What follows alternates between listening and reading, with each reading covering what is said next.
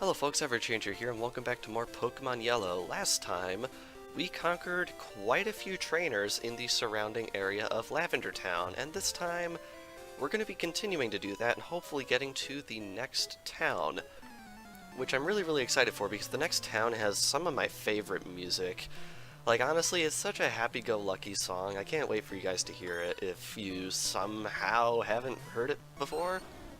I mean, this game sold 23 million copies, so something tells me you've all probably seen it already, but in case you haven't, look forward to it. Alright, we have a Meowth right here, and we're probably going to spend pretty much the rest of our Vine Whips taking this thing out, because as I mentioned last episode, Vine Whip is bleh, pretty much. Honestly, Vine Whip, I don't know if there's anything that makes Vine Whip better than Razor Leaf, except maybe the accuracy. I think Razor Leaf is slightly inaccurate, but honestly, other than that, Vine Whip really just doesn't do it for me. It's just not a very good move, and like, whenever I use Vine Whip, I always think to myself, I could be using Razor Leaf right now, but I am not, and that makes me sad. But anyway, Double Kick is definitely going to put in the work against Meowth right here. And down it goes. I suppose we could leave him alive a little bit to spam wow. Payday. Man, I've recorded like hundreds of these practically, and I still screw up my intonation. Now, this is episode 26 of this series, and I believe somewhere around here, like the 23 to 28 range of this series, I don't know which, is actually my 400th Let's Play episode? I mean, I guess we could do the math right now.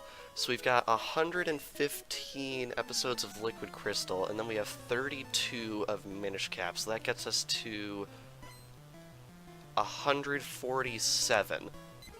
And then Blaze Black 2 has 150, so that gets us to 297? Yeah, so we have 297, and then there's 8 for Portal, which gets us to 305, and then there's 52 for Okami. So if we're at 305, we had 52 for Okami, then we're at 357, and then there's 17 for Earthbound Beginnings, so we at 357, 374,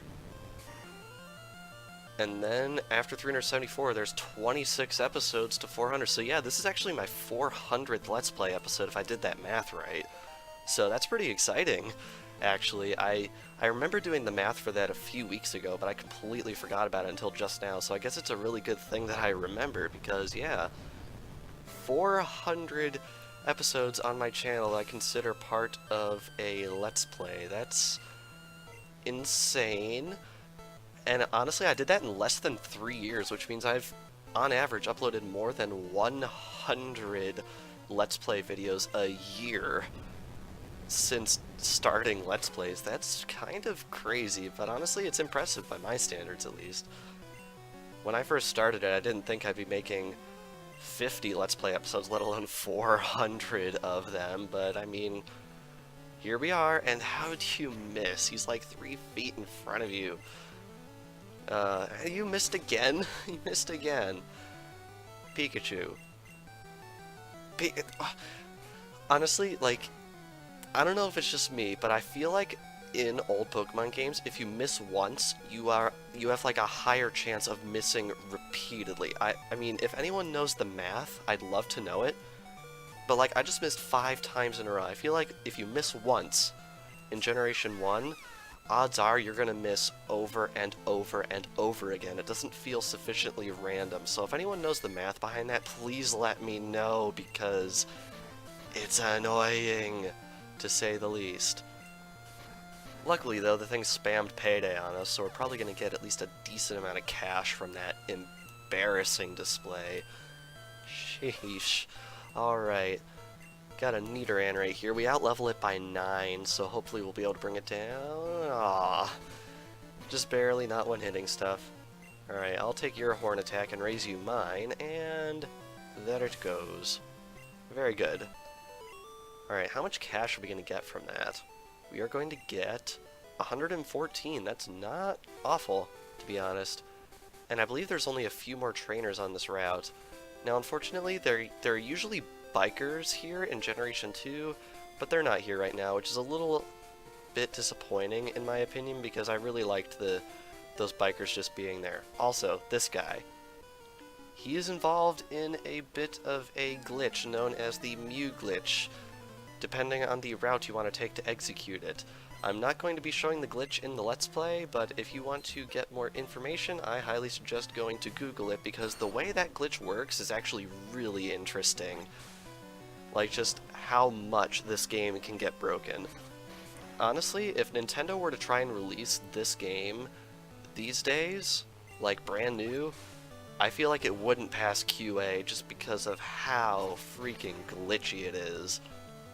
Like, if you choose not to play by the rules in original Pokemon, you are going to break some stuff, and it's going to become fantastically messed up really, really quickly.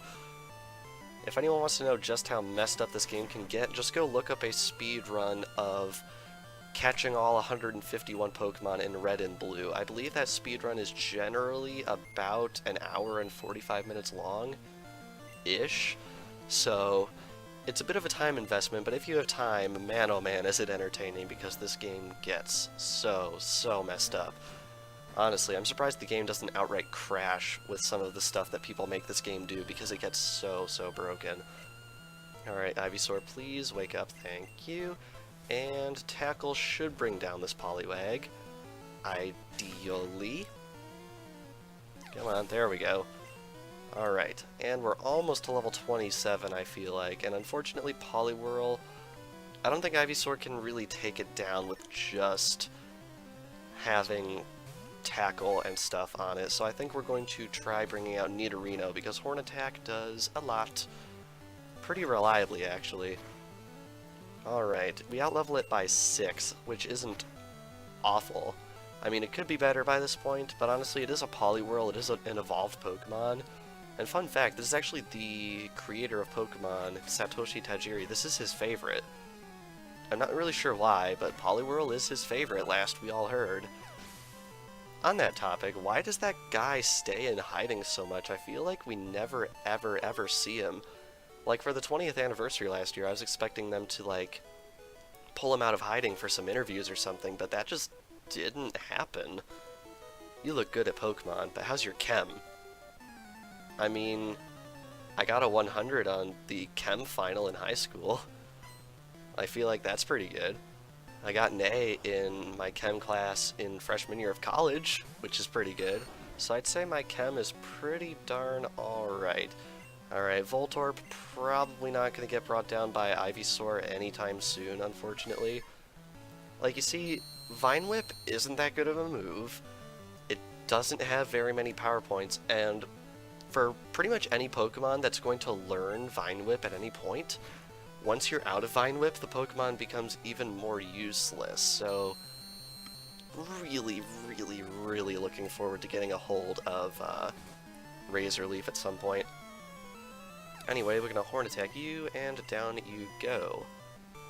And up next is Coughing. Man, this guy's got a lot of Pokemon, but luckily I think this is the last trainer between here and the next town, which is real nice. So we just have to get through this wall, I guess, as it were, and then we'll be good. Now, is Coughing a defensive wall? I'm pretty sure it is.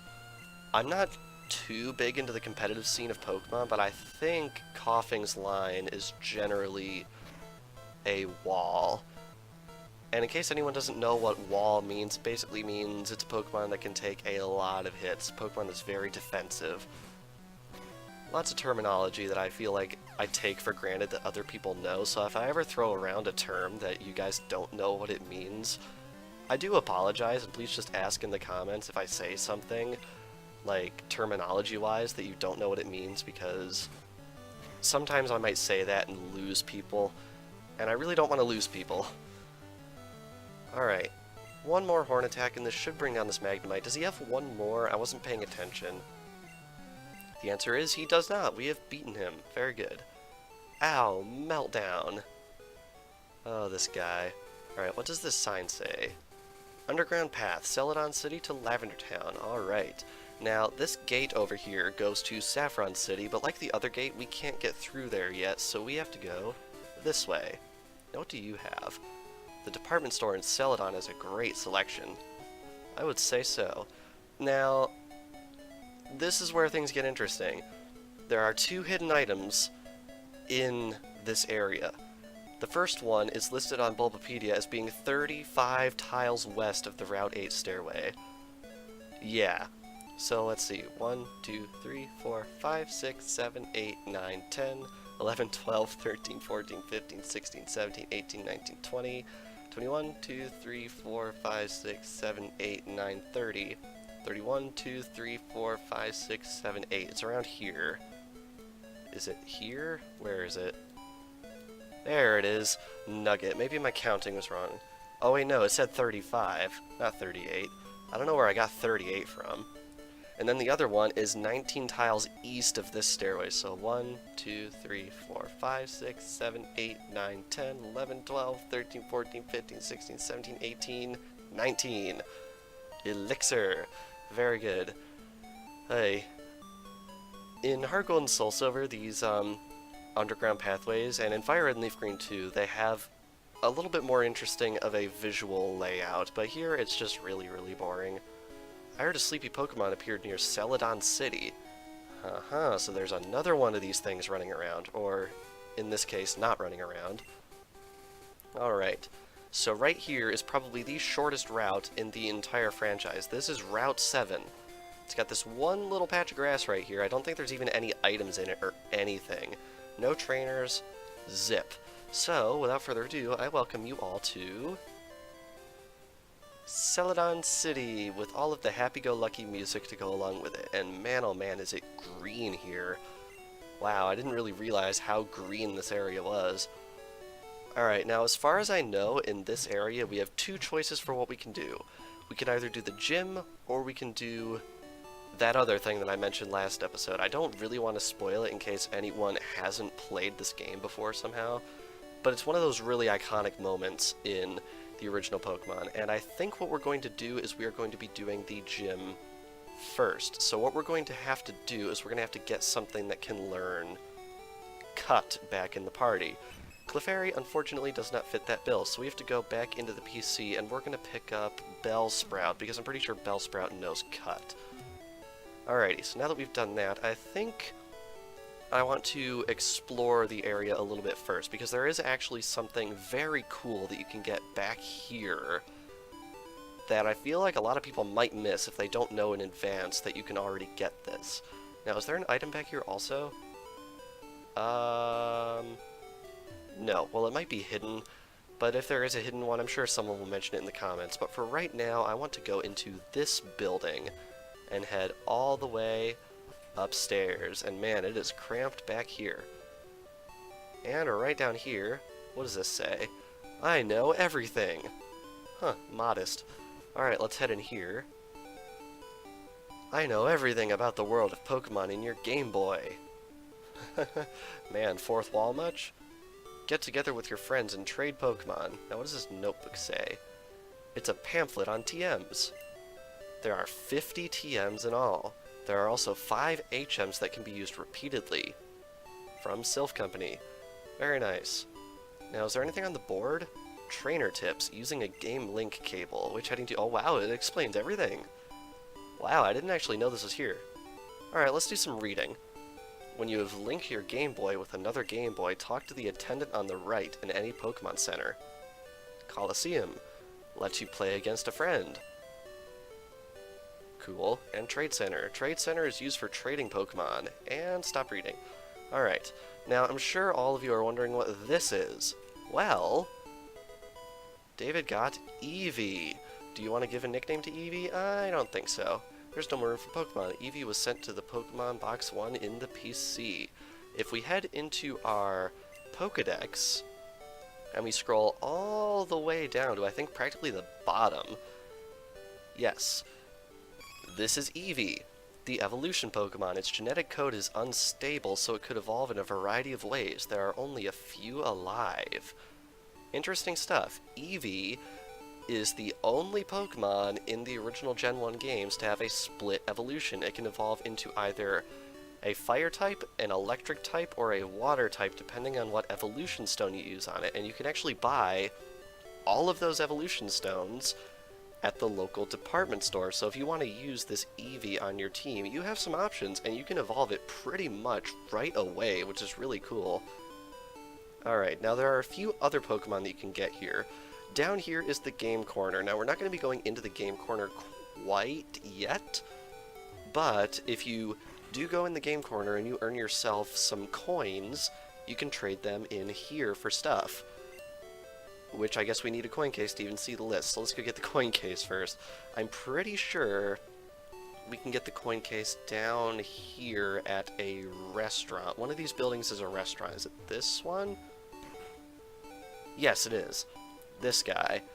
There's a basement under the game corner. That's important. Not who I was going to talk to, though. This guy. Go ahead, laugh. I'm flat out busted. No more slots for me. I'm going straight. Here, I won't be needing this anymore. And we get ourselves a coin case, so we can now gamble at the game corner. Which, as you can imagine, is something that parents didn't like too terribly much, so this is not a feature in more modern Pokemon games at all. But yes, if we head in here, there are a few things that we can grab, and they're very interesting. We exchange your coins for prizes. You can get the Pokemon Abra, Vulpix, and Wigglytuff, which is interesting. Wigglytuff is actually the evolved form of Jigglypuff, and it requires a Moonstone, so you can actually get Wigglytuff without having to pay a Moonstone. That's definitely really interesting. Here you can get Scyther, Pinsir, and Porygon, all very rare Pokemon, and I'm pretty sure this is the only place in the entire game that you can get Porygon. So, definitely worth keeping in mind, that one. And here we have TM23, TM15, and TM50. So let's look up what those are, because I don't actually remember what they do. So let's just bring up my little master list right here, and let's see. What do these do? Alright. 23 is Dragon Rage, 15 is Hyper Beam, which is a really good move, and TM50 is Substitute, so that's definitely something you're going to want to keep in mind. That's some really, really good stuff. Anyway, there's one last thing I wanted to mention here before we moved on to the gym, and that is, well, first off, the elephant in the room. Team Rocket is here. What are you staring at? Definitely interesting.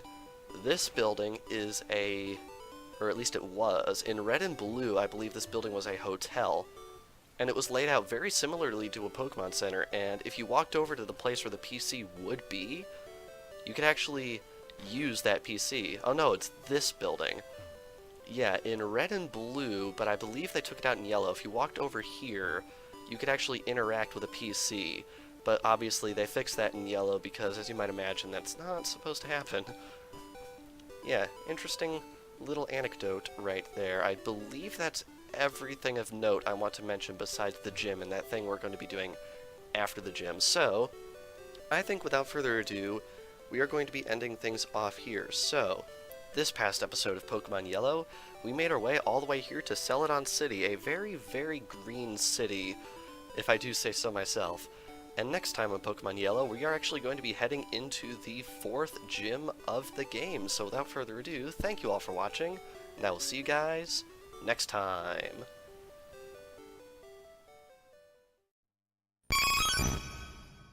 EV 進化ポケモン高さ 0.3 メートル重さ 6.5kg 3種類のポケモンに進化する可能性を持つ珍しいポケモンだ。